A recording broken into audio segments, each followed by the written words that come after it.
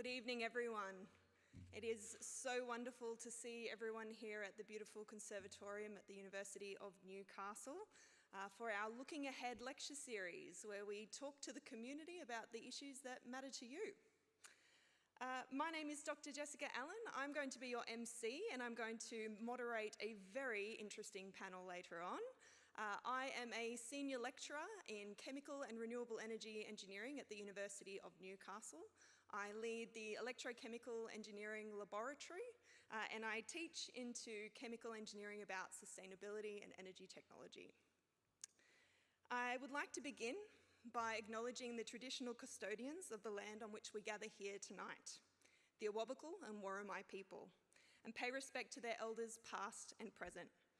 I extend that respect to all Aboriginal and Torres Strait Islander people here tonight, and I also like to acknowledge that sovereignty was never ceded, and that we have over 60,000 years of continuing culture in our country which spans across science, technology and engineering. I would now like to welcome our University of Newcastle Vice-Chancellor, Professor Alex Zielinski, for an official welcome and to introduce our keynote speaker.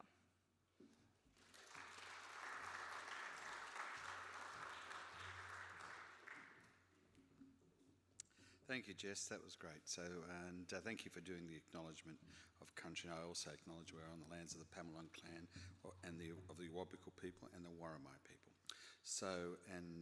It's great to have everyone here, so welcome. This is a great series we've been having over a number of years, and we bring influential thought leaders from industry and from government and from the community to talk about important things. So it's great to have everyone here tonight. So it's one of our outreach series, and it is called Looking Ahead. So we look ahead to where we need to be. And it is a way also for us to have an invited speaker, but also for a way for our teams that work in this area to be able to also share their amazing work that they're doing. So Jess and her team are doing wonderful work in the new energy renewable space. And when we invite our communities and industry to join us in conversations, these are topics that we believe will have impact in our lives and our communities. And in doing so, we help to advance the agenda and contributes to our region and beyond our region across broader Australia. So tonight we've got a fantastic keynote speaker, followed by a wonderful panel of experts who will help us unpack the roadmap for delivering Australia's energy future. It's a topic of great discussion, and there's plenty of opinions out there and ideas. And we hope we'll give some clarity on that on the way forward. And I think that's really important to do that. So to get us started, it's my pleasure and my honour to be able to introduce our special guest tonight to deliver the keynote address. It's the CEO of Beyond Zero Emissions, Heidi Lee. A little bit of background of Heidi. Heidi was appointed the CEO of the Beyond Zero Emissions in 2020. And she's had 2 decades of experience in sustainable design and architecture and brings a wealth of expertise in environmental advocacy and leadership to her role. Heidi's work focuses on practical, scalable strategies. This is very important, scalable strategies that empower communities and business to achieve ambitious climate goals, which will help drive Australia towards a prosperous zero emissions future. And I think that's the important part. Prosperity can be achieved through zero emissions. Under her stewardship, Beyond Zero Emissions has spearheaded numerous groundbreaking initiatives, including comprehensive plans for the renewable energy transition and decarbonising industries. Heidi is a regular contributor to the green industry discussion, and she was shortlisted by the Australian newspaper as one of Australia's top 10 top 100. So I made it sound better. Top 10's better than top 100.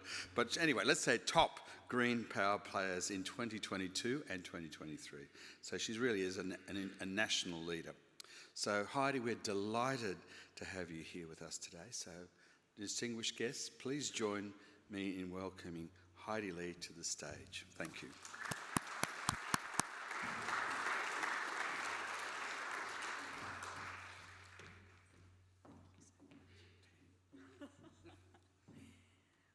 if I can make it into the top 10 after tonight, eh? So I'd like to begin also by offering my acknowledgement of the traditional custodians of these lands here that we're meeting on tonight, but also recognising that all across Australia, when you run a national organisation, every bit of our work happens on the traditional lands of Aboriginal and First Nations people.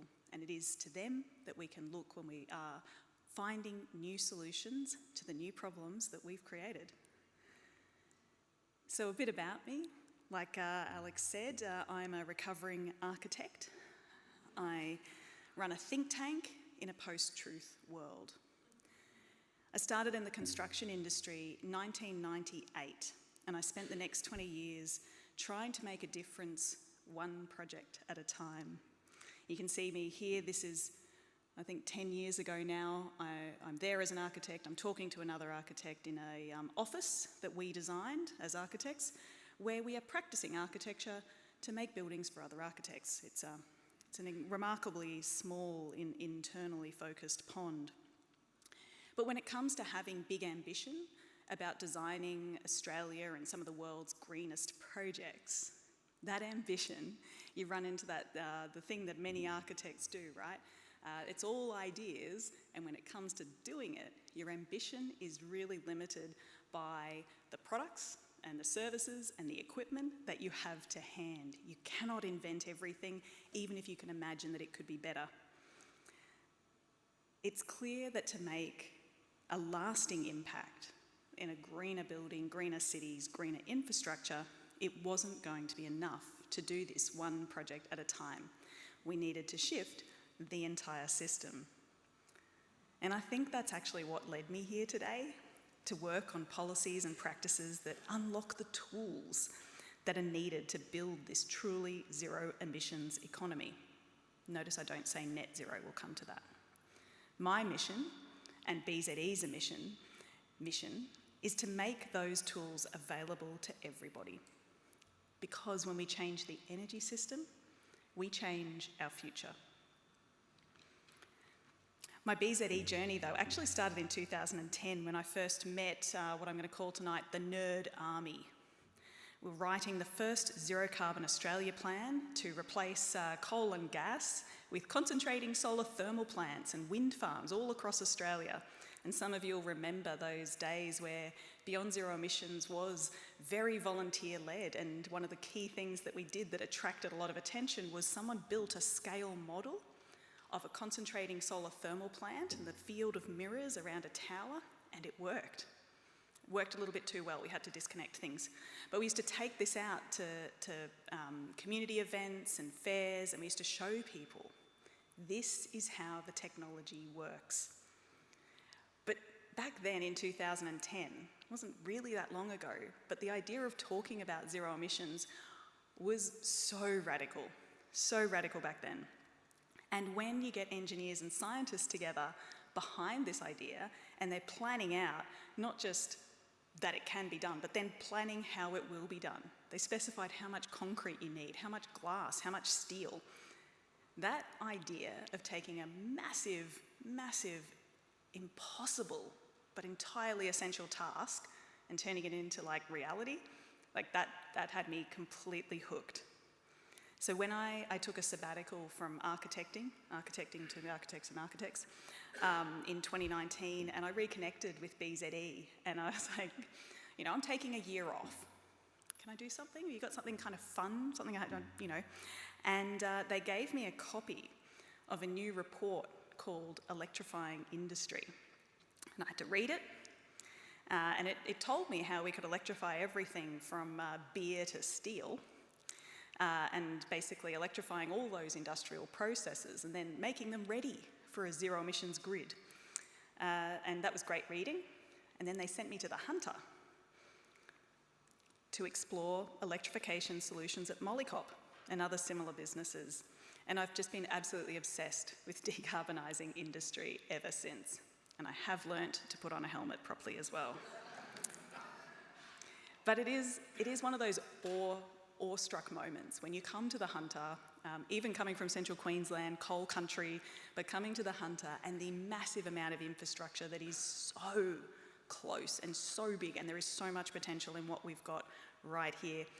And it's been such a privilege to come back so many times, small break during COVID, it's come back so many times over the years to get to know the people, the community, and to really feel a part of the journey that all of Australia is on, but that this community is really leading the way in. I got to take a moment to recognise Sam Meller. I can't see anything from up here, but Sam, oh, there's someone waving back there. Sam started about 5 years ago, and we honestly wouldn't have any of the work that we've done to date these last 5 years without Sam's leadership here in the Hunter. She's a senior project manager, but she leads all of the work that we do here, and she feeds what happens here into the national conversation, and feeds the national conversation and the work that we're doing in Canberra and all these other communities around Australia back here as well. So Sam is such an important contributor to all of our work. But beyond zero emissions, as you can probably tell, and I know so many people here know us well, I would ask you to wave, but I can't see you anyway, but if you can see each other and you've been a part of our projects, this is usually always a yay. We're a really small think tank. We only have between 12, sometimes 24 staff over the years. But what we're able to do with the team that we curate on a staff side is we bring together insights from industry, government, technology, business, finance, and the community. But our secret sauce is our volunteers. Our work uses a citizen science research model. You know, like the one where everyone goes out one day and we all count the birds that we see in our backyard, and everyone does a little bit, but collectively it makes a big difference. So we do that, but our nerd army are like business leaders from all sectors of the economy all around Australia, people who are more than equipped to get on with delivering what we need to do, but are often engaged in their day jobs in a whole lot of stuff that isn't actually the thing that Australia really should be getting on with. There's a lot of bread and butter BAU work that doesn't actually advance our national interest, and then there's the opportunity to come and let off some steam and some bit of creative outlet to come here and work with us on our projects. And over the years, our volunteer army, our Blue Army, we've written and published reports detailing the technology and detailing the strategies needed to achieve zero emissions in 10 years. We've published sector decarbonisation plans for energy, buildings, transport, industry and land use. They were complete by 2018. Really happy the government's getting on with that now. And we've focused since 2018 on applying those big ideas in places. So what happens when you take big ideas for buildings, energy, transport, land use, industry, and you look at what it means for Collie, or Kwinana, or the Northern Territory, or Central Queensland, or the Latrobe Valley, or right here in the Hunter Valley. So all of that was an incredible asset when in 2020, COVID shut down, put a huge pause on a big piece of work that we'd been gearing up to do in the Hunter around engagement, a really broad-scale engagement piece. But we were asked not to go out, not to hang out with people. And that was the number one thing we knew that needed to happen to be able to build this conversation and the alignment. So we took instead the research portfolio, those sector decarbonisation plans, the practical application opportunities, and we had used those things to address the most pressing issue at that point in time, which was millions of people were without job, low employment. Really, we were not in a very good place. And the solution from our government was to appoint the gas industry to do something about it. But BZE, in our community, we were kind of made for that moment. So we pivoted our approach. We hired a couple of new staff, not that many, but a couple of new staff, and more than 50 volunteers came together. Altogether, that group found 1.8 million jobs across the economy, 23 different initiatives, 7 sectors of the economy, and they published a report called the Million Jobs Plan 3 months later. That report and the subsequent media campaigns profiled the Hunter as one of the key places in Australia where these opportunities shine. This is our 1 in a Million campaign, and we've done some more work around how we do message testing I'll talk to later on. But each of these people came together, again, this is during rolling lockdowns, COVID, a whole lot of uncertainty. The one thing that we knew we had to do when we told the story about what was possible on the other side of COVID was to showcase real people who were the face of doing that. So these are not, not central casting, not actors. These are actual people that in the middle of COVID offered to put their face to this campaign as well, and we're forever grateful. That commitment to being able to tell better stories about what needs to happen, it just has to stay as a central part to every single conversation that we have about the energy shift and what's changing in Australia, in our communities, in our businesses, and our economy. Last year we partnered with Out of the Square on a media campaign that profiled local hunter cleantech businesses. And what we did with this campaign was we reviewed how people engaged with it on social media so that we could learn better from that feedback how to have conversations about things that really mattered. How can we have a conversation about renewable energy, decarbonisation, clean technologies, and a better economy in an age of misinformation and disinformation? So for us, being a bunch of tech nerds, engineers and scientists, we realised we actually needed to engage more deeply with the social science of the energy transition to make sure that our approach to comms and media and marketing is as rigorous as the tech and policy work. All right. So we've got these sector decarbonisation plans, they were done years ago, but having that plan, having all those plans and putting them into action are two different things. And we've been incredibly lucky to bring our work alongside yours to see what it will mean to bring it to life in a place that is right on the forefront of what comes next. So tonight, I'm going to take you on a bit more of a journey. I'm going to go in 4 parts. Firstly, we're going to talk about electrifying industry as my gateway drug. Then we're going to talk about smart, clean energy. We're going to talk about the deployment of clean energy, the deployment of clean energy and clean technologies, I should say. And then we're going to land on what next. Number 1, electrifying industry. Australia has the highest per capita emissions of any major country. And when you factor in our fossil exports, we're responsible for 4.5% of global emissions, placing us 5th in the world on a list we don't even need to be on. Currently, we export rocks, dust, and gas to be burnt in furnaces overseas. In the decarbonising world, those smelters and furnaces will come to us, because with our sun and our wind, we can swap fire for electrons to power our energy system.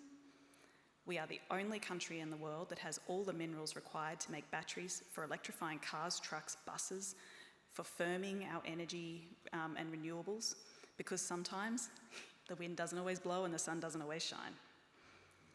And with our natural advantages, we can produce far more energy than we need to run our country at a lot lower cost than just about anywhere else. So instead of shipping rocks, dust and gas, we can use our energy advantage to make things on shore. I'm going to have a brag moment here. We published the first renewable energy superpower book in 2015, and our Ross Garneau volunteered to lead that project, and I was very grateful to Ross. And since then, Ross has published his own book, Superpower, which is fabulous, and I've got to say, much higher readability than our report. And in 2021, I think, we actually revisited the topic of exports just before the Superpower Institute was set up.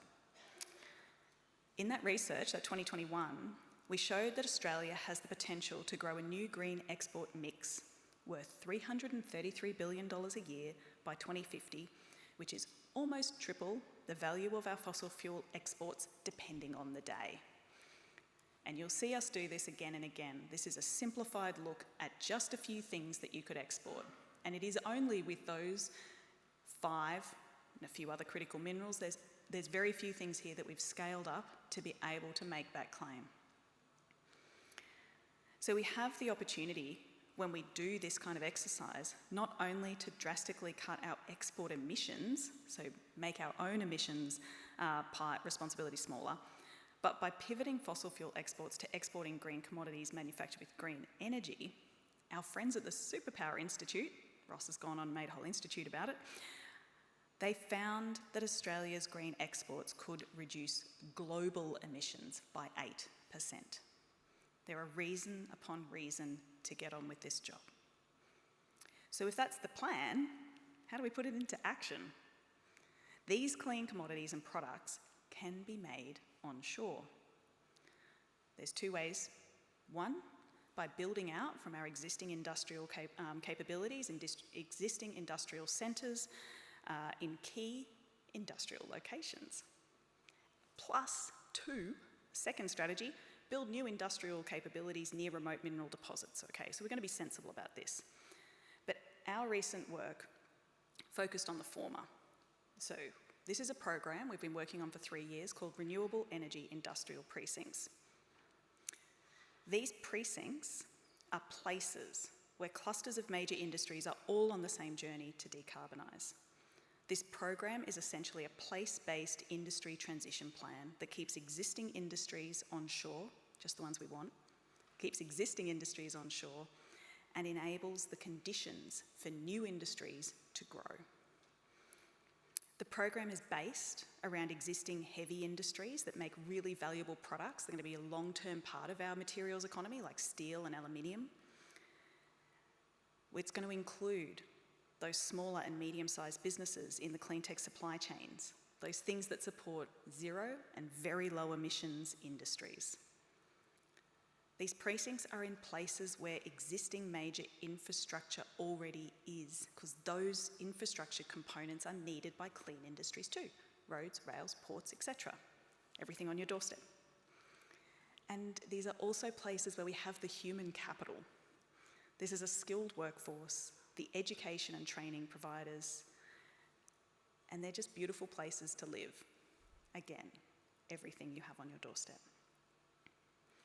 So in the Hunter right now, there are already low and zero emissions precincts in planning. We've got the Port of Newcastle Clean Energy Precinct, we've got AGL's Hunter Energy Hub at Liddell, and we might even see solar panel manufacturing and Idemitsu's low carbon manufacturing hub at Muswellbrook. Green hydrogen's going to be an essential feedstock for clean industries, and that development of the clean hydrogen hubs is going to be able to attract new businesses and to be that important magnet that retains those businesses here. The investment that you're making already in green hydrogen in the Hunter from both state and federal governments, but also from the private sector, this is such a critical foundation for being able to get on with it. We've got the Committee for the Hunter coordinating the Hunter Hydrogen Infrastructure Master Plan and building the Hunter Valley Hydrogen Hub, Orica and Origin. So these ingredients here are all still setting us up for being able to take those next steps. But our vision is that the entire Hunter region becomes one large zero emissions industrial zone. And for this, you've got to shout out to Hunter Jobs Alliance and HunterNet, New H2, and of course, Newcastle University, who have already done so much work on the skills and the job side, investing in that human capital to make this a reality. Over the last 3 years, Sam and many other people locally have been drawing together dozens of local businesses in the Hunter. These are the real heroes of the energy transition. Sam led our first project here that found 34,000 ongoing jobs can be created here in the Hunter with 22 gigawatts of new renewable energy needed to power a Hunter renewable energy industrial precinct. In parallel with the industrial shift, we support every business, every home, every car, factory, farm to shift to renewable energy and energy alternatives. We need to make sure with our materials, our labour, our focus needs to be on making sure that the Hunter's future is electrified. And so I'm rolling around big numbers, right? But we need to be able to move towards that scale if we're going to be able to take the opportunity of the world decarbonising while also improving quality of life here in our communities onshore. For part 2, we're looking at smart, clean energy.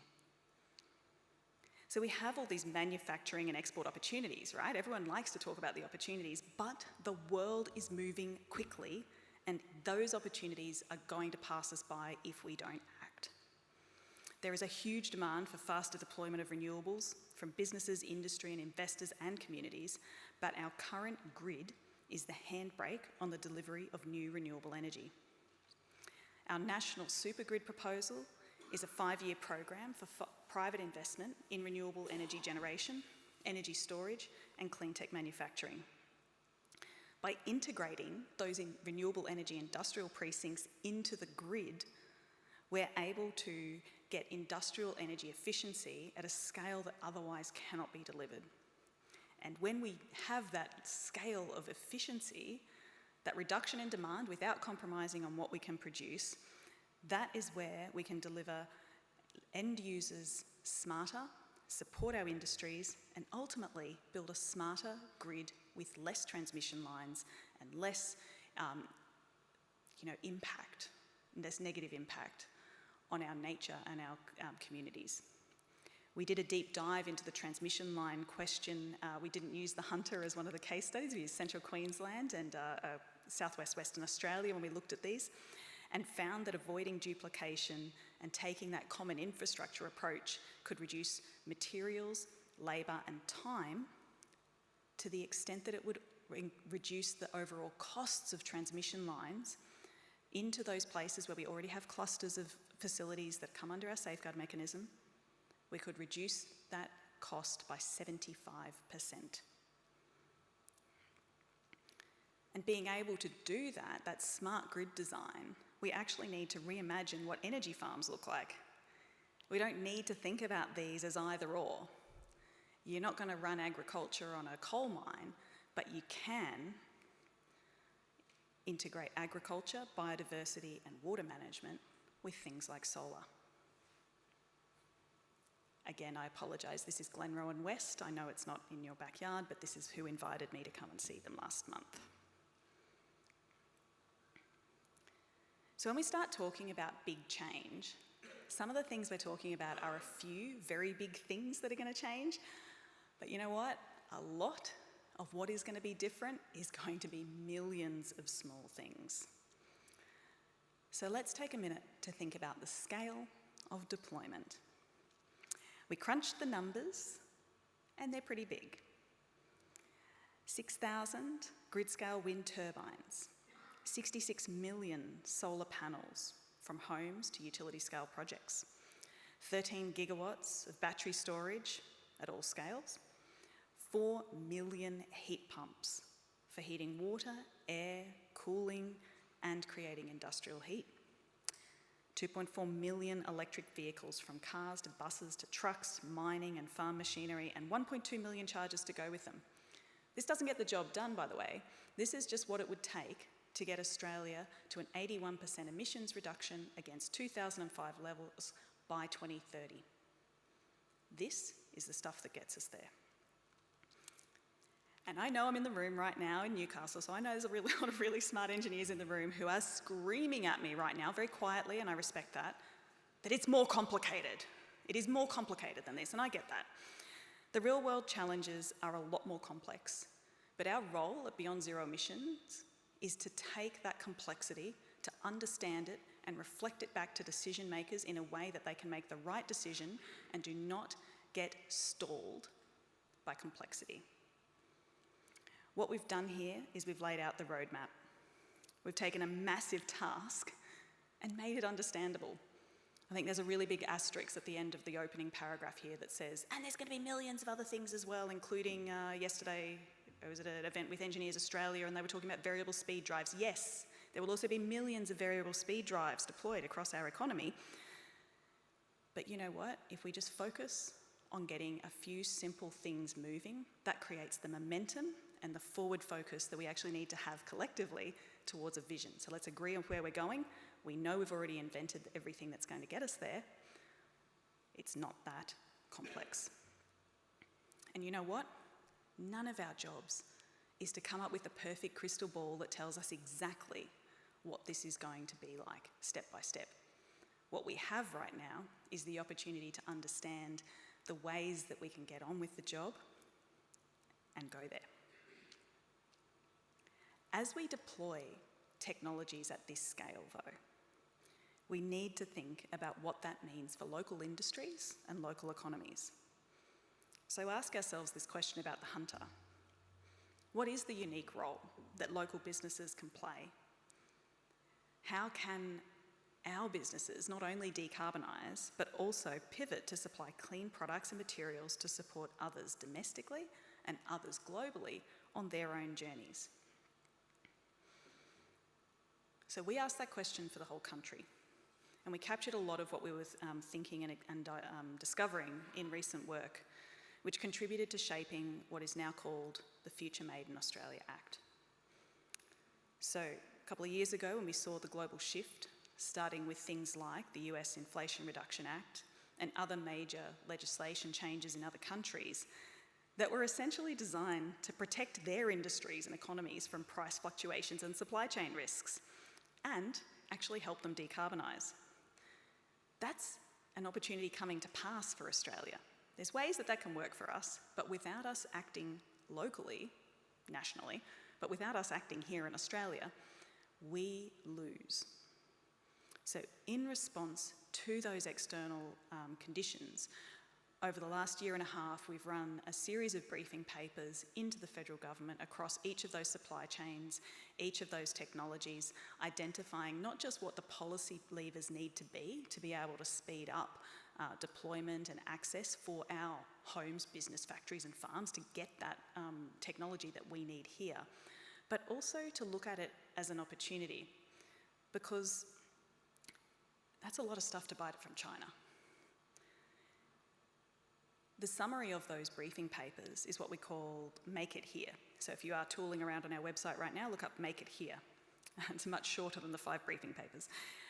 So each of those technologies from Deploy is assessed against supply chain opportunities, and we're setting supply chain from a circular perspective. So a supply chain is always that, can't remember which way I should draw it for you, but it goes completely from cradle, from extraction, all the way around manufacturing, application, use, and end-of-life options. The results of that research showed that if we set realistic local procurement targets of 30 to 40% for each of these technologies, so it's not saying we need to get 30 to 40% of that 100% made in Australia, it's actually saying 30 to 40% of that complete volume of solar panels or heat pumps can be made here using local capabilities that we can already have, that we can build up from and scale up from to be able to do this.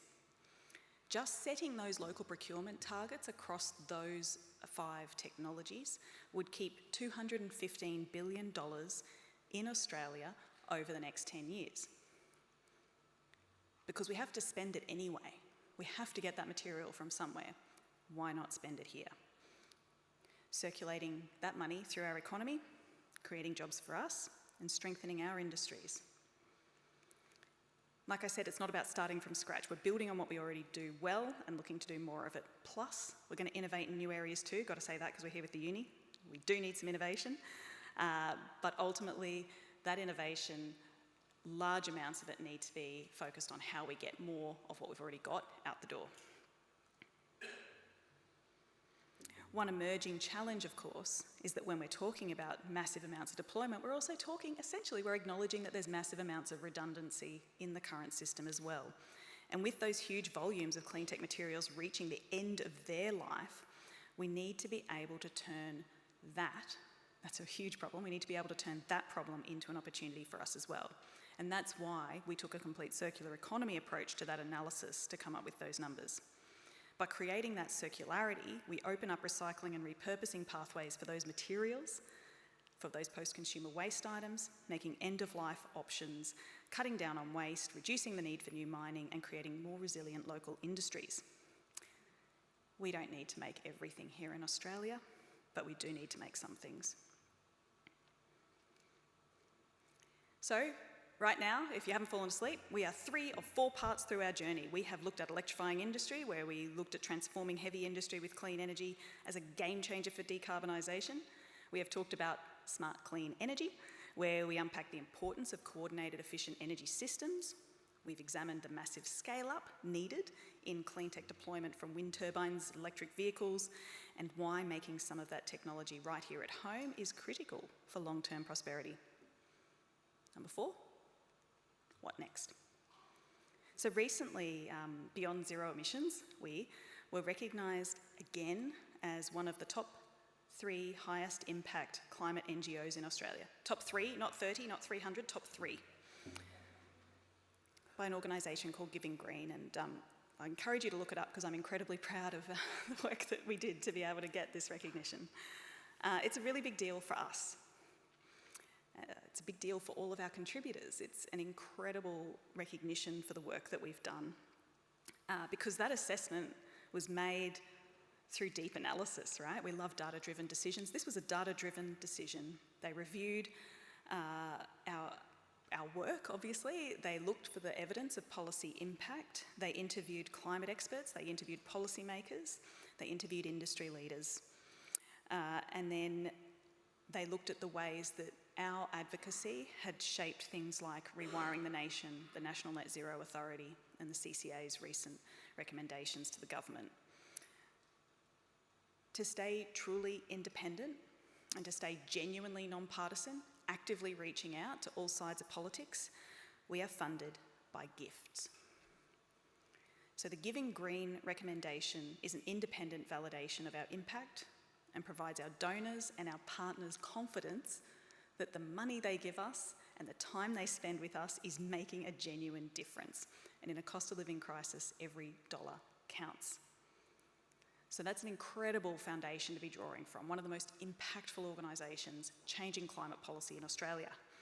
But our name is Beyond Zero Emissions, and emissions are rising. So great, we're top of our game, but we're failing at the core purpose. So right now, with our new strategic plan, we're shifting our focus from the end goal of our success, being that we get good policy implemented, to bridging that over to looking at how that policy is actually being activated and implemented, how are businesses and industries actually taking action that they couldn't previously because we have better policies in place. Policy's still on the table, but we need to measure our success by action. Right now, we're inviting contributions from experts all across the country to help shape a new project called a National Action Plan. Marketing hasn't got onto the name yet. National Action Plan, it does what's on the label. It's a plan for coordinating actions across Australia based on our renewable energy industrial precinct map, looking at those locations first because that's what we know, and identifying a sequence of places and a sequence of activities that need to happen next to be able to bring emissions down rapidly. This dual approach of bringing local domestic emissions down quickly while also having that lens on the export opportunity is what delivers benefits here and abroad. So when we reduce emissions locally, they're not that big, right? Our domestic emissions, we keep hearing about that. What does it matter if Australia gets to zero emissions? Reducing emissions at home means the things that we care about. This is the prosperity side of things. This is the quality side of things. This is cleaner air, healthier environments, sustainable jobs. The other side of the prosperity is that we have an externally focused economy and we need that trade. But we have the sun and the wind to be able to get on with the job. As we touched on earlier, I think this is really worth reinforcing. It's not just about building more renewables. We need every green project that is completed from now on to displace fossil fuels to achieve real emissions reductions. Emissions reduction is the goal. Renewables are just the means. So we need to take practical, measurable actions to reduce domestic emissions while building the capability for exports. This means aligning policy, coordinating projects and engaging communities to ensure that a sustainable future is made for all Australians. And as part of this, we need to deploy clean technology quickly and at scale, capturing more value in the supply chains by making some of these things right here in Australia. We can lock in economic prosperity, we can reduce emissions, and we can revitalise regional economies like the Hunter, where renewable energy industrial precincts can thrive.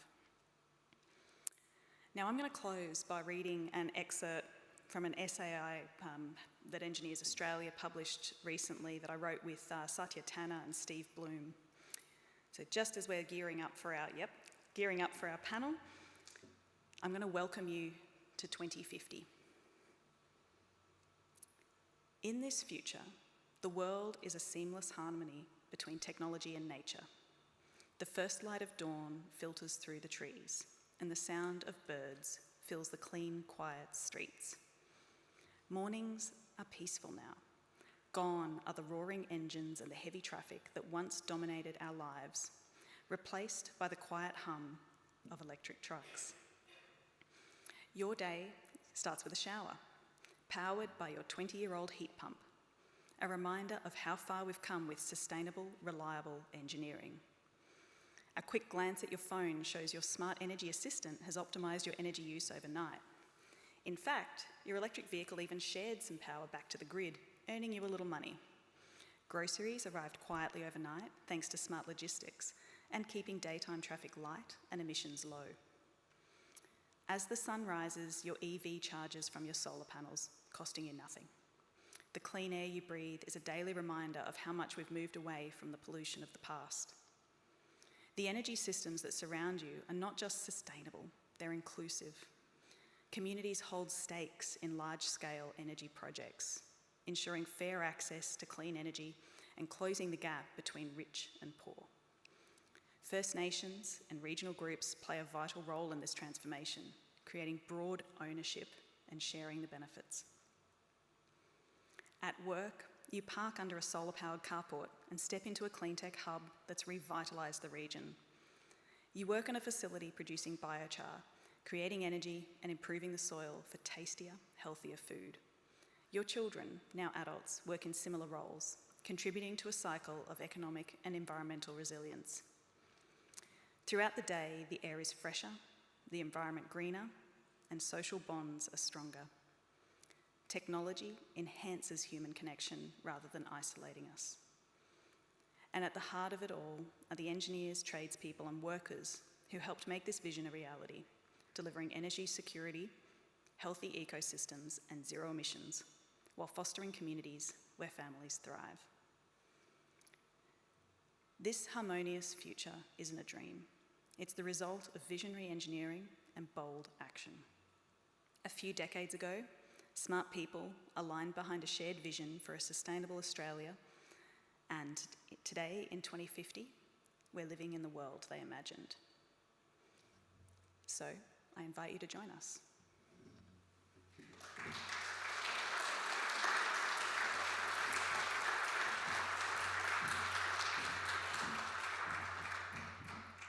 Wow, what a compelling vision to end on there, Heidi. I was feeling a little emotional. I'm actually, in 2050 is my retirement year.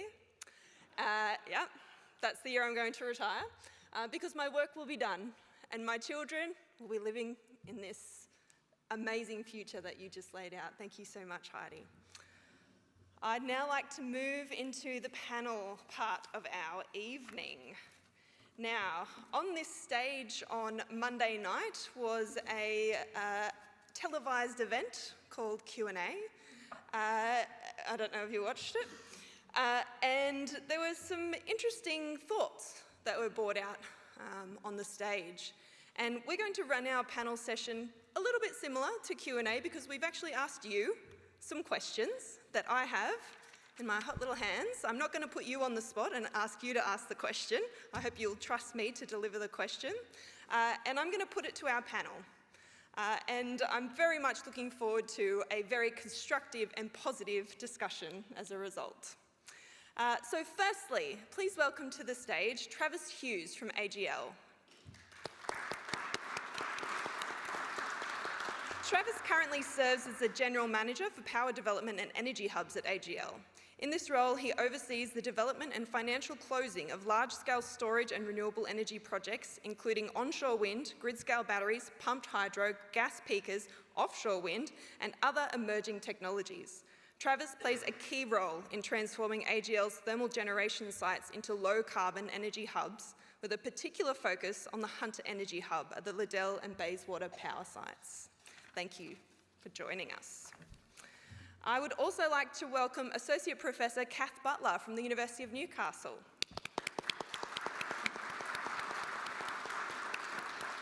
Associate Professor Butler has been implementing culturally innovative pedagogy seeking social impact for 25 years. Her work spans disciplinary focus in sociology, anthropology and Indigenous studies, broad leadership in indigenisation of curriculum, and cross-disciplinary engagement with STEM. Associate Professor Butler is also contributing to the First Nations Clean Energy Strategy, which we can hopefully discuss a little bit more tonight. And finally, Miles Egan. Miles joins us from the Institute of Regional Futures. He completed his honours studies in 2022, exploring emotional and attitudinal responses to the resources and energy transition in the Hunter Valley coal mining community of Singleton. He now works with the Institute of Regional Futures as a research analyst, continuing to be involved in transition-facing projects. Please welcome all our panellists one last time as I join them. So everybody should have a functioning mic, starting off well. To begin with, I'd like to put a question to each of the panellists. Heidi's just given us a very inspiring vision of the future. And I'd also like to ask our panellists, when you imagine our energy future here in the Hunter specifically, what do you see and what is your hope for this region? Maybe Travis, if we start with you. Happy to, thanks. I think I'd like to pick up on a couple of themes just mentioned by Heidi. And the first is perhaps the most obvious, which is a renewable generation power source. Of course, backed up by storage and firming, but I think that's a fundamental and a necessary shift. And this region, of course, has been central to electricity generation for decades. And so the first part is for that to continue, but obviously transition to renewable generation. The second is the idea that we begin to manufacture some of those technologies and future energy sources here in the future as well, those that need to be transported. I think Heidi picked up on that. I think economic history of Australia tells you that Australia is normally very, very good at economically contributing a small number of activities to the world. I think we need to get laser focused on a small number of things. To be honest, support the generation of those industries, of which we're in a race globally to get that up and running, and to bring that forward. And so again, for the Hunter to be a region where that remains true. There's of course economic activity and jobs associated with that. There's a real prosperity prize there. And the third one is the one that I think tells you how we succeed in the second one. And again, picking up on a theme from Heidi.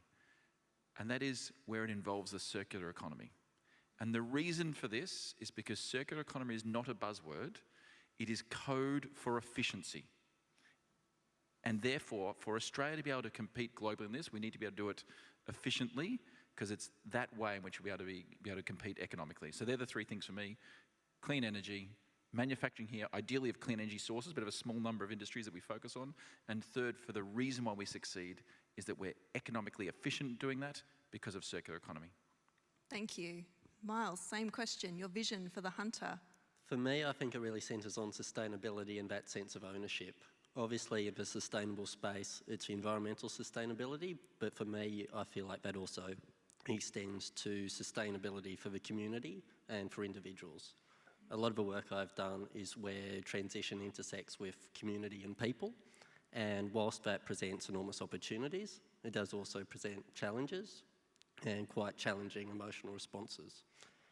So when I think about transition, both the resources transition and the energy transition, I want to get it right so that we're not here having to go through it all again in a century's time, because we know the enormous toll it can have on people. When it comes to sense of ownership, I feel like at the moment that is still probably lacking in a lot of current energy and resources communities. At the moment, even, I was saying to Travis in the green room earlier, but you can still walk down the Singleton Main Street or the Muswellbrook Main Street and have people tell you what transition, because it's still not that visible on the ground yet.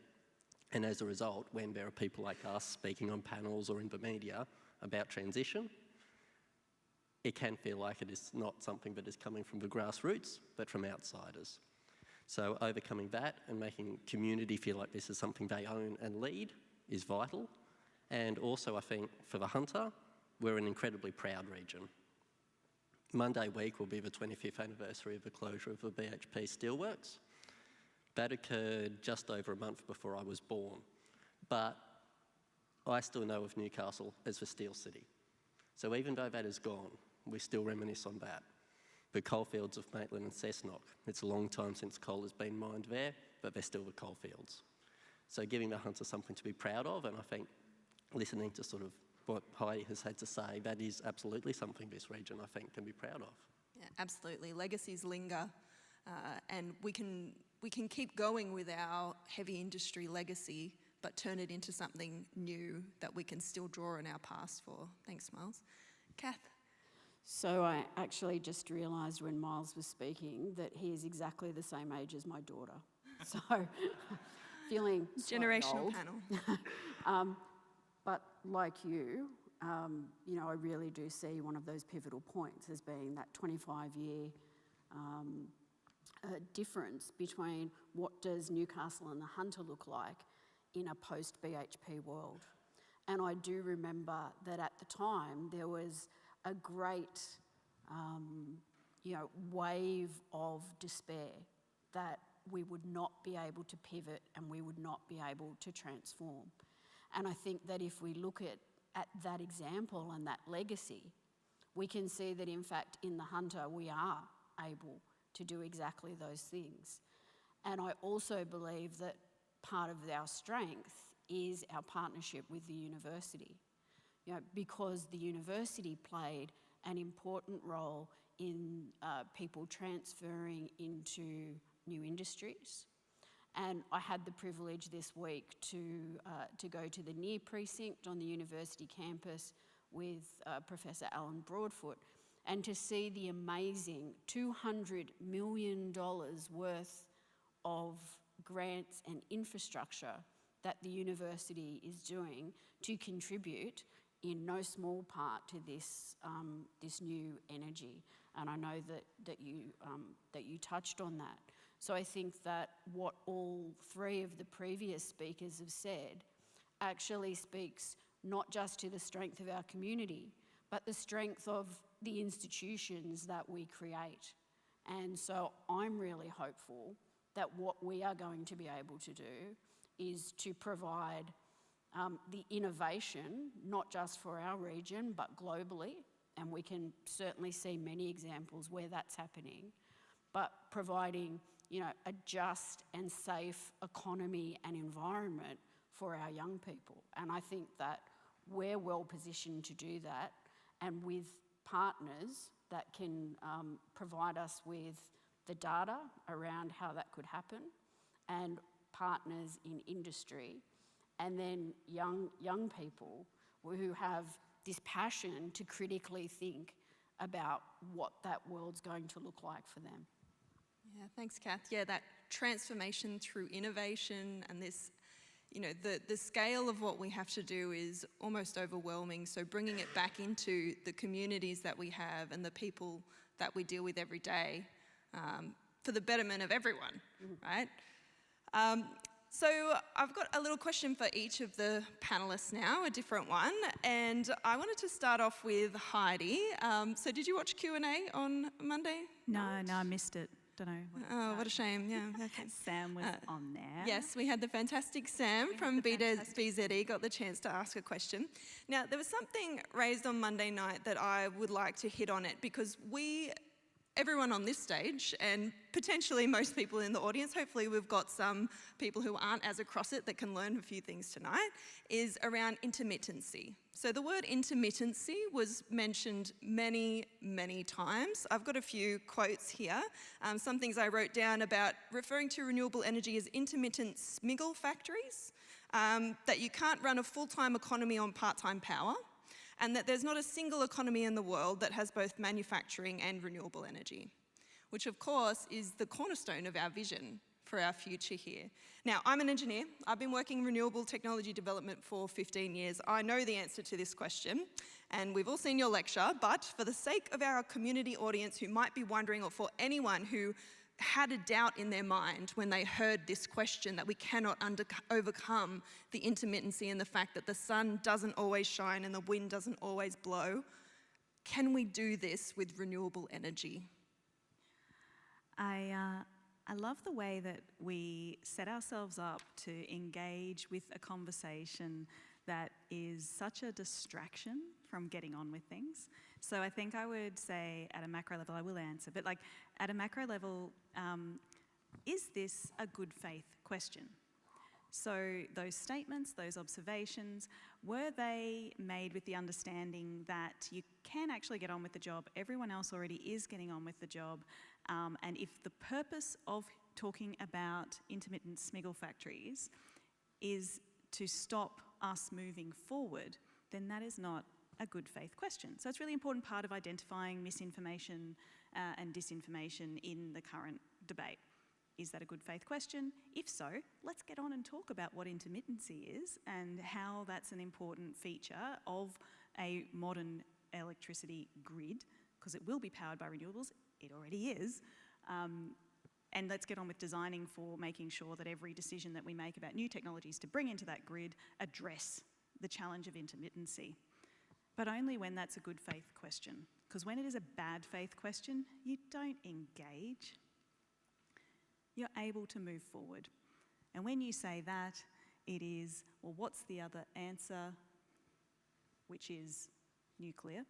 And if that is the answer that you want to have, well, look, I speak to businesses, industries and communities all across Australia, and I haven't met a business yet who's saying, I'm waiting for nuclear to come online so that I can, have a viable future for my business. Absolutely none of them. So that becomes the conversation that someone wants to have with you. Intermittency, it's the need for batteries and the need for firming equipment, all of which you make here in the Hunter. So yay for you. Exactly, yay for us. And I liked what you said as well about when you were doing your plan about thinking about efficiencies, because it is going to be a lot of land, a lot of materials. We've talked about needing to import materials as well, hopefully making some here. But every electron that we make, we really want it to be going to exactly where we want it to go. We don't want to be losing it to inefficiencies or overbuilding way beyond what we actually need if we were to do it in a more concerted, organised approach. Yeah, thanks, Heidi. Travis, so there's been some narrative recently around slow progress in getting clean energy projects off the ground. You've got experience in this area, running renewable energy projects, getting them off the ground. Has this been your experience? And if so, what sort of pace are you seeing for projects you're involved with, and what's impacting the pace of those? Yep. Let's be fair. In short, yes. Yeah. There has been a slower rollout than what's desired and perhaps what's projected under some of the forecasts done previously. But let's put that in context. The first, and so we're talking here specifically about renewable energy rollout in the grid at the utility scale. Maybe we'll talk about residential in a minute. The scale of what we're seeking to achieve here is immense. We are literally trying to replace the vast majority of the generation capacity in just over a decade, and that's an enormous task. And so there are a number of aspects that make that difficult to do. One is the planning regimes. That's not a knock on the planning regimes, it's just a recognition that to get a vast number of sites through the planning system is not something we've had to do at that scale before. You could certainly see any number of articles a couple of years ago talking through, particularly New South Wales perhaps, where there were a number of wind farms that have been held up. Ours is one of them. But you've already seen progress there. And you've seen that significantly change in the past 12 months. But planning will remain a critical risk to be managed in the renewable energy build-out wherever it occurs, because you're doing new developments and therefore having planning considerations are very important. both from a community perspective, but also from environmental impacts, traffic impacts, construction, all those sorts of things. That's on the planning side.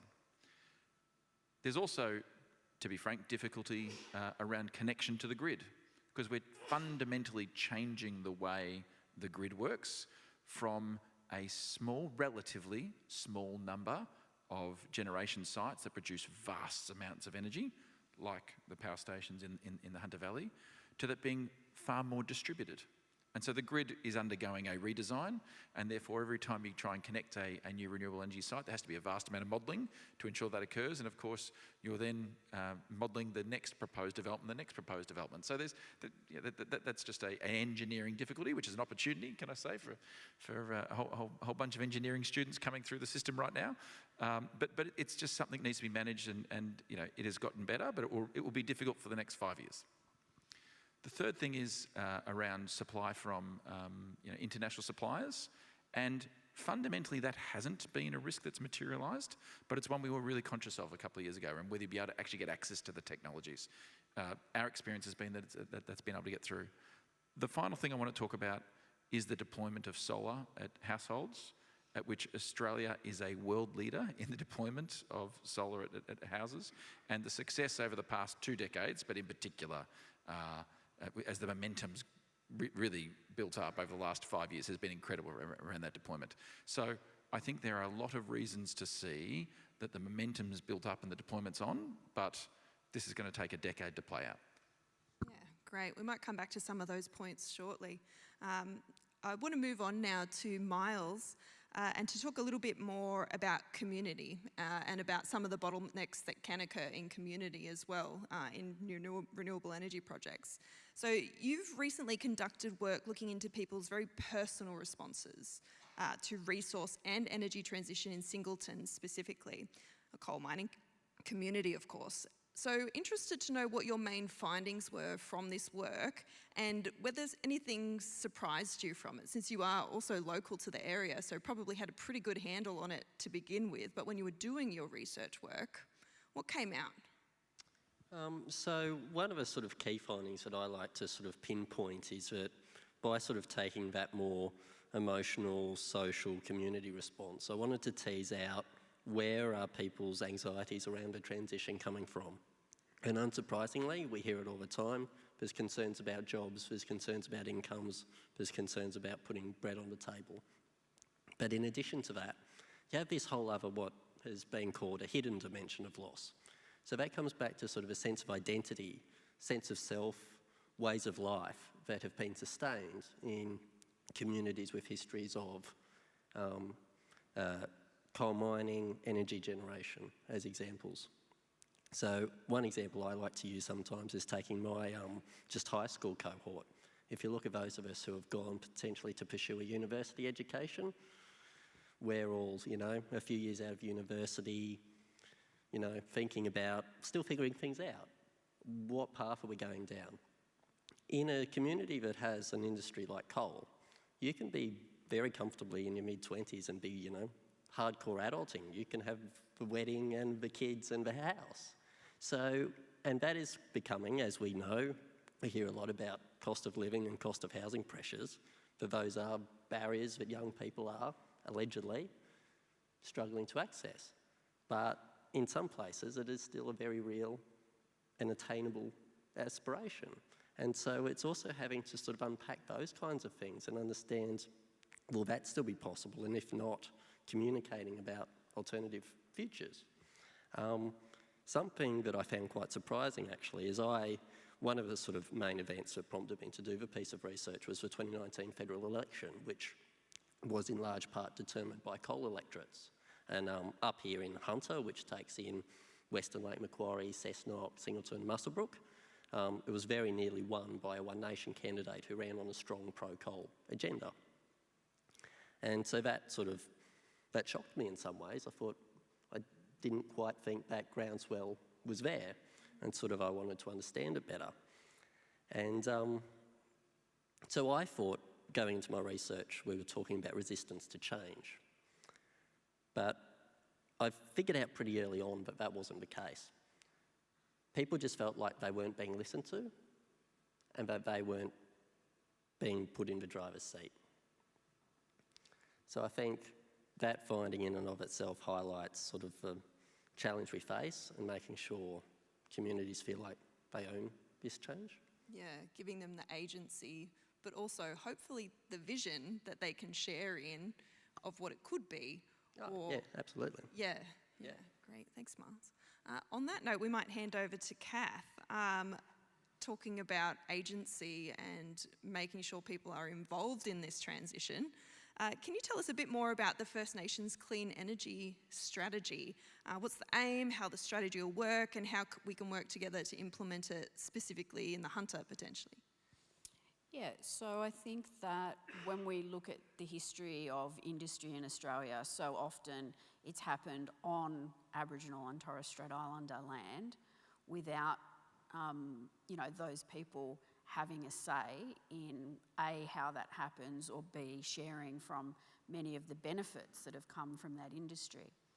And when we look at things like this strategy, it's about, from the beginning, involving First Nations people, not just as people to be consulted, but as active partners and participants in this new process. So I think that that's a really positive shift. If I want to think about what that's going to look like in practice, we can even look to the New South Wales government's protocols and the way that they've divided the state into 5 REZ, so renewable energy areas or zones, and with the Hunter Central Coast being one of those. And you said it perfectly in your speech when you talked about things that being place-based. So we know that the Hunter Central Coast, our population for Aboriginal people and a small Torres Strait Islander population as well, but predominantly Aboriginal people, sits at 6.3% of the population, which is above the broader Australian community. What we also know is that right across Australia, Aboriginal and Torres Strait Islander populations are much younger than the mainstream Australian population. So when we look at things like the national strategy and the state strategy, we're talking about not just supporting an older or an ageing population, we're also talking about the upskilling of a younger population and then an entire economic transformation for a community. So when we look at these strategies, they have things like procurement targets, which in the state targets are sitting at just over 7% of the procurement will be from Indigenous businesses. Indigenous businesses don't only employ Indigenous people, and they also feed back into the broader economy. So, there's a much larger impact that can have. So, when I look at what we can do in the Hunter, had the privilege to go with a university delegation to Muswellbrook, to the local council, where they were telling us that their population of Aboriginal people sits at 14%. And then we went to the local schools, and some of their public schools have 40% Aboriginal students. So, this is a really important part of our future workforce. We can see that so many of our industry stakeholders that are doing the transition want Aboriginal and Torres Strait Islander people for their knowledge around land remediation, for their knowledge around sustainability, for their broader environmental knowledges. And so I think that these strategies are really addressing all of those issues and bringing in Aboriginal organisations such as lands councils who are often significant landholders in regions, and that is true of the Central Coast and the Hunter, bringing them in as partners, giving them an actual seat at the table rather than a last-minute consultation. And I think that's the real transformation that we're seeing. Yeah, and I think we can learn a lot from the storytelling approach of First Nations people as well. In fact, that brings me to my first question from our audience, which is Kat Newton has asked, what should our narrative be for the next generation. And that narrative and storytelling, it's sort of what you were talking about as well, Heidi, that you've got the data, but the data is just one side of the story. So what is our narrative? Anyone can jump in on this one. Oh, I feel like maybe I can do some scene setting for Miles, because we did some message testing research around this, because we had this technical solution that we wanted to be able to talk and listen, have conversations about in regional Australia, renewable energy industrial precincts. I don't think anyone will be surprised. No one wants to talk about renewable energy industrial precincts. They're happy to talk about clean industry clusters, though. They got that idea. That made sense. And when we looked at the different things that approach our renewable energy industrial precincts, our clean industry clusters, we looked at the policy impacts of that program, and they are things like, well, we need a lot of new workers to be able to deliver these and run these kind of industrial precincts.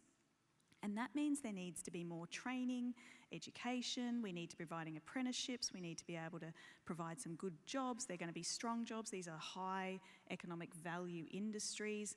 So we're like, okay, well, we're going to need to be able to keep young people working locally. Clean industry clusters, helping to keep families together. Very persuasive. Clean industry clusters help educate our future. Big tick. Clean industry clusters are ways to capitalise on what we already do well. I don't think we can say capitalise as something else, but we can doing more of what we do well. You have to use really small words all the time. Yes. You have to use small words all the time. So I know that I feel like the spirit of the question might have been more about the broader narratives, but I thought, well, Miles, since you've done more academic research, I think that this is a critical part of what governments have to do. We're a policy advocate, like we're looking to be able to get better policy implemented. And what we're doing is we're saying to decision makers, political decision makers, when you're talking about your policy work, you need to talk about it differently, because we're making the same mistakes. We're engineers and scientists, and I'm an architect. What do we know about, how to talk about policy? But when you're able to do more of the social science and message testing and marketing research, you can draw on that wisdom. Just listen to audiences, and they're like, we don't understand what you're saying. So try again, try something different. I feel like the importance of narrative comes back a lot to a old adage that you can't be what you can't see. And I think at the moment, one of the challenges we have is the opportunities that exist in clean energy potentially aren't that obvious to the average punter on the street. If we look at the nuclear energy debate at the moment, if you go to places like, and I haven't tested this, but I reckon if you go to places like a Singleton or a Muswellbrook here in the Hunter, you might have slightly higher levels of support for that than you would nationwide. And I think that's because it's familiar. It's, for decades, we've generated electricity in a power station just outside town. Replace that with a power station just outside town. Yeah. What's the change? So I think while that is familiar, people will potentially gravitate towards that. Becomes a more compelling narrative. Exactly. Yeah. So the challenge is to put the other narrative. I would caution though, and I think this is potentially saving future Miles some headaches, is feelings like resentment and anger and being left behind exist in the gap between a promise and it being fulfilled. So we've got to be really, really careful that the promises we make and the narratives we tell come to fruition. Yeah, that's a great point. Delivering on those narratives and not just weaving a wonderful story that crashes and burns. Yeah. Can I speak to just how unbelievably important that part is right now? Because when we're doing something that we've never done before, I think there is a sense of maybe defensiveness when we're the proponents, the project proponents. We thought we could build that wind farm in that time frame. We thought we could, like it's all signs said yes, but there's so much to being able to, just the actual logistics of getting on with the job of building things. I spoke to a group earlier today about the challenge of going out to a different region, not the Hunter, but a new wind farm being delivered into the port. The wind farm is sitting in the port, and everyone turned out the first night that they tried to take one piece of the wind farm out of the port, because the engineers in town knew that the bridge that they had to take it over was unlikely to be strong enough to carry the weight of the components of the wind turbine. It's you think you can, right? And then these unexpected things happen. This isn't the only wind farm that's going to have to come into that region. There are going to be thousands of wind turbines coming in through these places. So you better upgrade the fucking bridge so that you can do it. But that gap, so I'm going and briefing Conservative politicians, and they're telling me, colourful language aside, they're telling me, like, it's ridiculous what you're talking about, Heidi. Like, look, that's a wind farm, that's it sitting in the port, you tell me how it happens. So that gap between the promises, the expectations, because you know how many emissions that wind farm is displacing right now? Zero. Not Half-built wind farm, the wind farm in the port gets you no emissions reduction. The half-built solar farm gets you no emissions reduction. The fully complete solar farm that's not plugged into the grid does absolutely nothing. Our communities get all of the downside of the disruption and the cost, and none of the upside until we finish the job, not when we start it and talk about it. And maybe just to go at trying to thread the needle between those two and the question, and completely agreeing with your comment there around authenticity and delivery, and maybe that's as much about acknowledging the uncertainty as well, just acknowledging sort of where we're at. And so maybe not quite what the narrative should be today, but maybe when you know we're succeeding is when the narrative is change is opportunity, not that change is uncertainty. Yes, yeah. But I think, to be fair, right at the minute, change is still probably uncertainty. Yeah, but it can be opportunity. Yep. Well, actually, this, what you've just raised, Heidi, leads me well to this question from Raja Ratnam from our audience. He's asked, is there a need to have a central body to lead the transition to our new zero carbon energy future? Your example of the infrastructure and the technology not matching up and the miscoordination of this installation is maybe a testament to the idea we do need something like that. What are your thoughts? Maybe starting with Travis. Maybe just firstly from a practical level, whenever you're building a wind farm, one of the first things you do is a route study to work out what needs to be upgraded, both in terms of weight but also turning circles. It's, anyway, so they just missed that on that Stop one telling that story. somehow. That's not a good story to tell. Like, there's often expense in upgrading years ahead. I've never heard of ones getting stuck on a port for any extended length of time. Yep. Look, I work for a company that is the second oldest continually listed company on the Australian Stock Exchange. Therefore, we believe in markets. We believe in the productivity of private capital working with governments and with communities for the best outcome.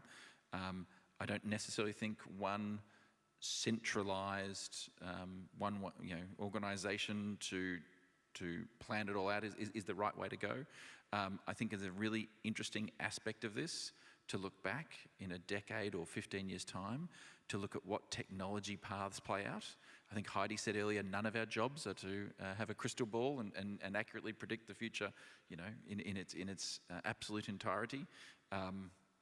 10 years ago, the idea of grid-scale batteries to store energy was a bit of a thought bubble.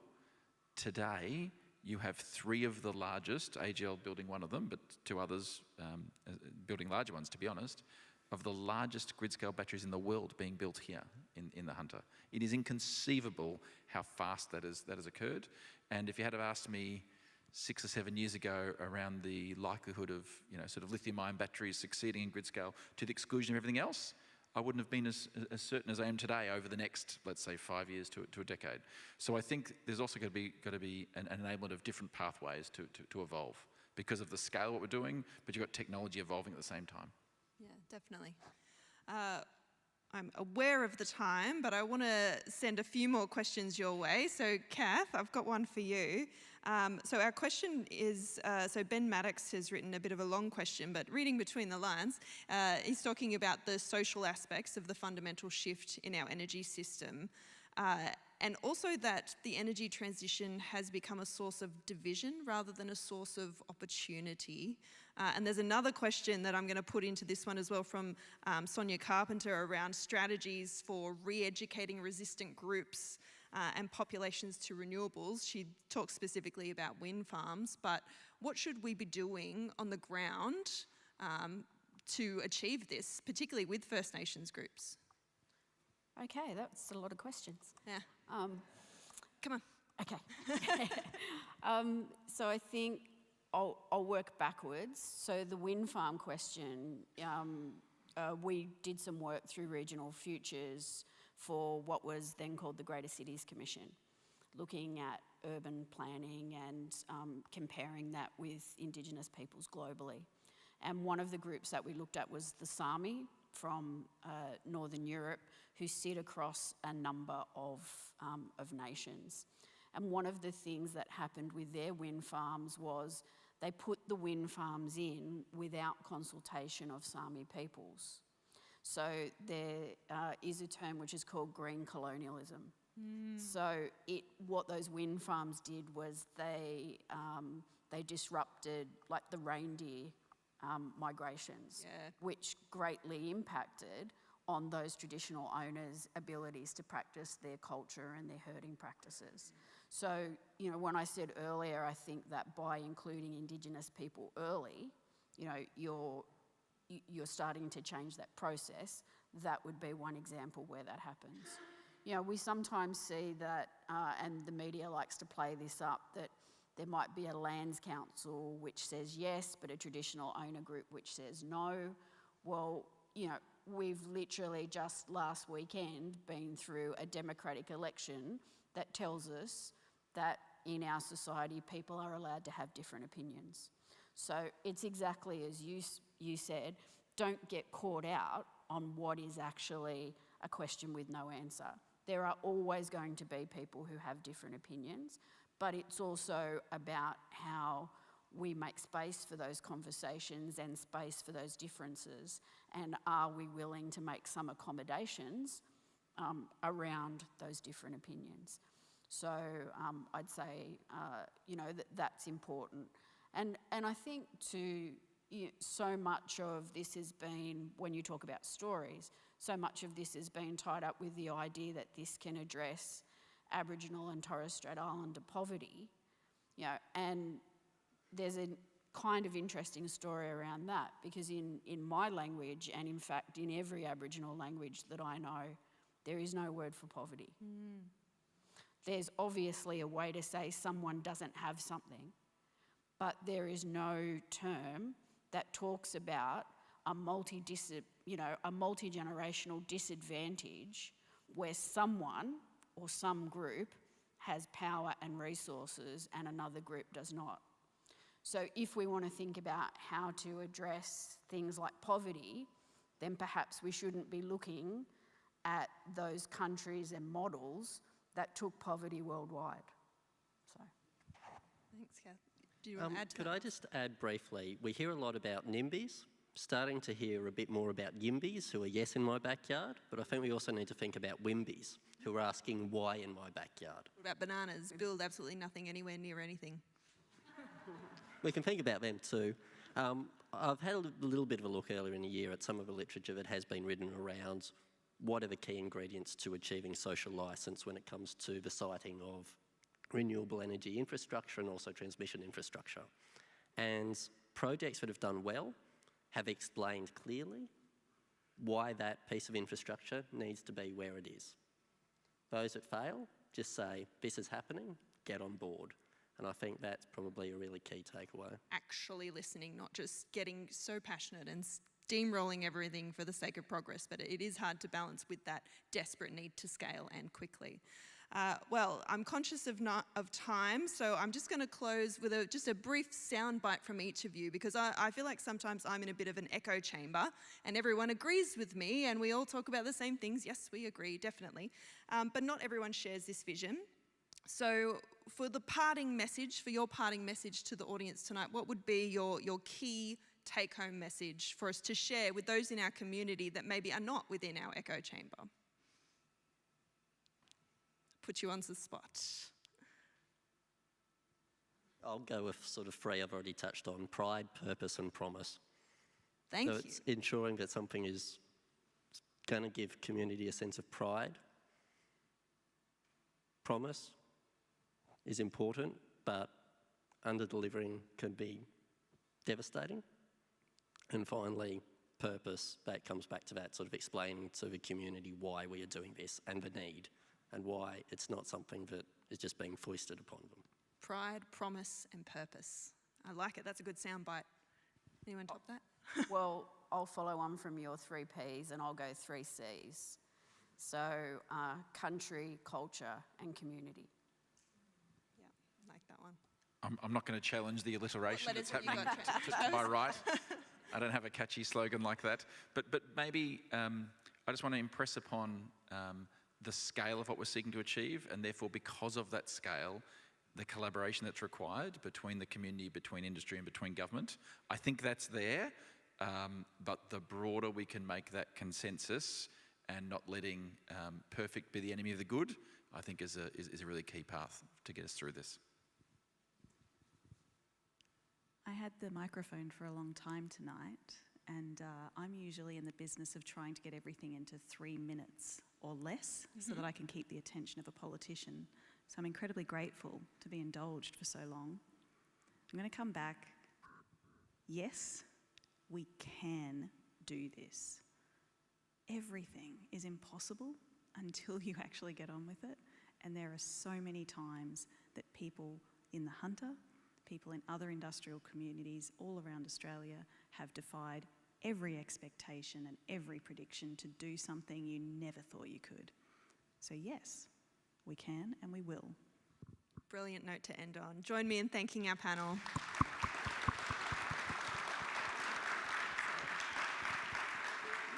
Head back to your seat.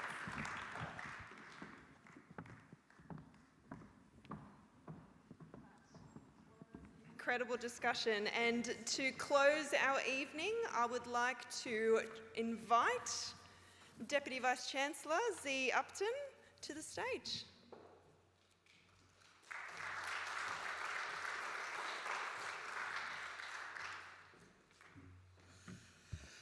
Thank you, Jess, and can I please get another round of applause for Heidi, Travis, Kath, Miles, and of course our MC, Jess Allen.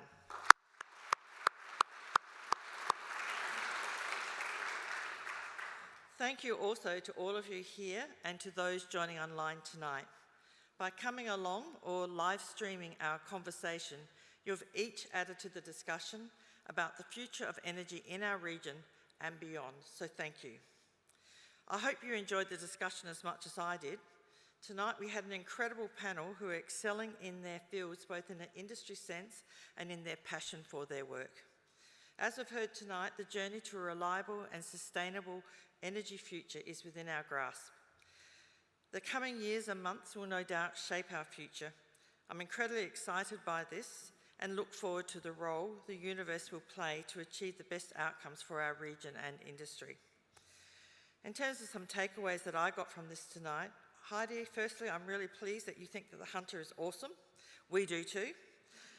I'm also sure that many of us here, if not all of us here tonight, would love to join your 2050 vision, and I agree, yes, we can do this.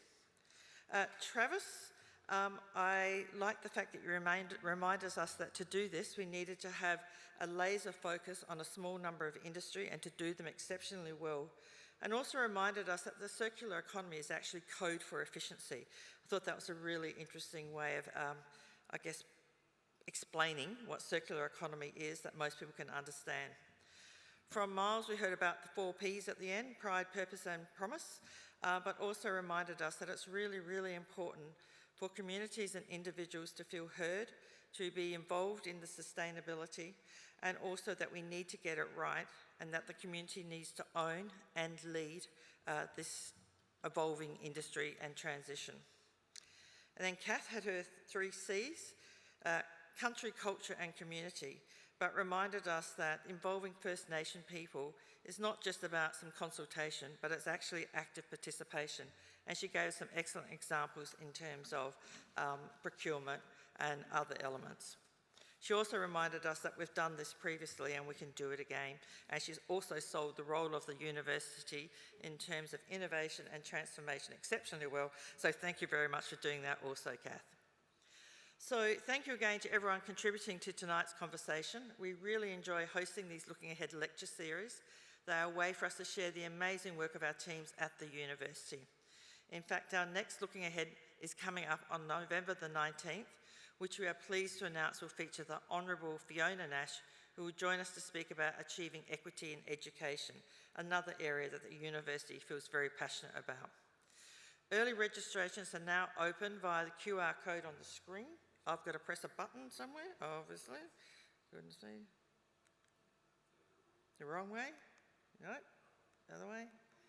There you go. So please scan that now, and you can log in right now and book a place to come to that particular lecture. It will be another wonderful night, so I hope you can join us. And so that really brings us to the end of this evening. But for those in the room, please free to join me and the panel for some refreshments in the foyer. Thank you to everyone here, and good night.